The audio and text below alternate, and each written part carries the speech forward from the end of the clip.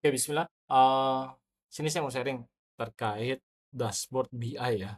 Kemarin beberapa saya posting beberapa dashboard BI, habis itu peluang-peluang yang slot untuk di bulan ini, kemudian di bulan depan seperti apa. Nah, kebetulan untuk peluang di bulan ini tuh alhamdulillah sudah isi gitu. Cuman kita mau jelasin dari saya pribadi mau jelasin sedikit manfaatnya apa sih. Ini salah satu metrik yang secara overview.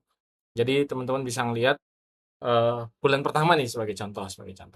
Bulan pertama ini di sini case-nya adalah usaha ini memiliki omset dan total spending. Omset itu yang hijau, total spending yang ungu. Secara garis gitu, kita ngelihat cara garis dulu. Angkanya sengaja hide karena angkanya beneran real gitu ya. Jadi ini cukup kredensial. Jadi kita ngelihat di sini adalah ada beberapa metrik yang bisa dilihat ya. Eh, nah, ini bisa kita lihat.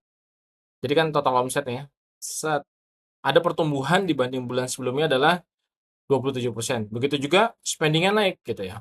Kelihatan dari sini ya. Lama-lama pertama startnya ada di sini, ujungnya di sini. Teman-teman bisa ngeliat ini walaupun nggak ada angkanya ya. Secara garis itu kan kelihatan ya. Di sini kan yang mulainya. Nah, berarti ada kenaikan lah.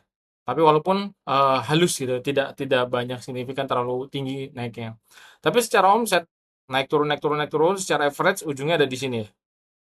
Kemudian dia mulai dari sini startnya. Nah, dibanding bulan lalu sebenarnya secara omset ini sudah oke. Spendingnya naik hanya 13%, omset naik 27%. Kebayang ya? Oke ya.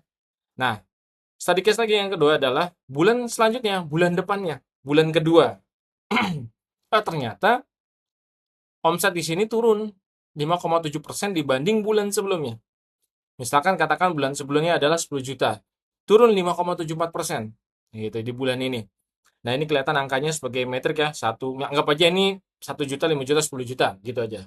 Nah, secara spending, kita tahu, kok spending naik, omset turun. Sebenarnya kita profit atau enggak? Gitu ya. Atau kita bisa ngeliat secara gross profit lah, nggak usah sampai clear ya, laba ruginya nggak kelihatan, LR-nya, P&L-nya, profit loss-nya. Cuman secara spending kita kelihatan ya, dari titik sini, finish-nya titik sini udah kelihatan ya. Kalau ada garis mah kelihatan lah, itu garis naik gitu. Secara garis besar kurang lebih seperti itu. Kemudian dari omset, wah udah kelihatan startnya di sini, ujungnya aja udah di sini gitu.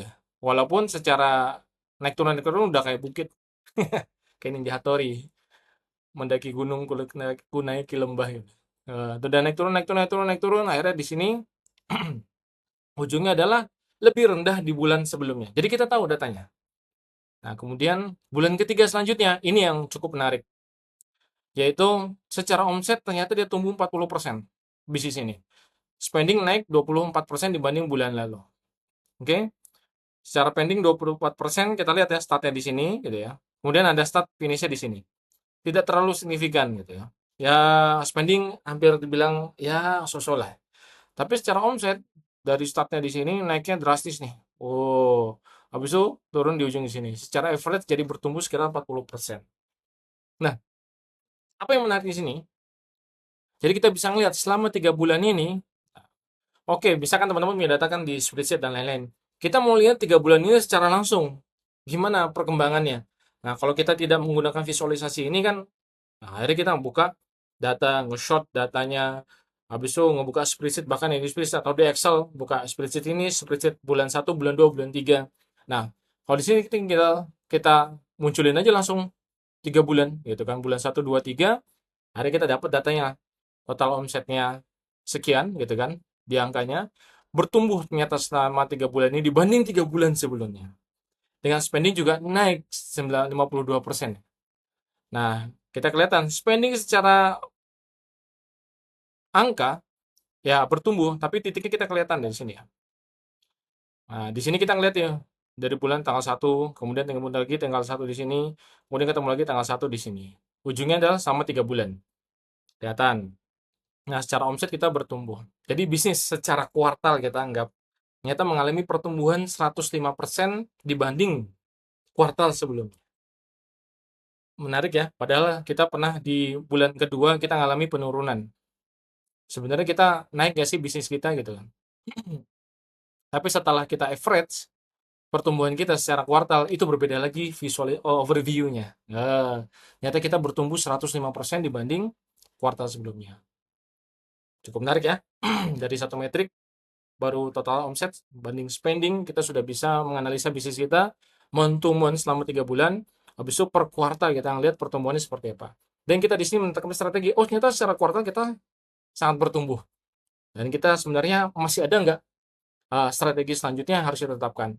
Dan banyak yang bisa ke breakdown masing-masing tempat ya. Ini kan kita baru overview secara omset dengan spending. Spending itu secara keseluruhan, baik diskon, baik apa yang dipakai CS, baik yang dipakai secara biaya iklan, biaya promosi, intinya spending kita untuk expand yang keluarnya kita itu kurang lebih seperti ini.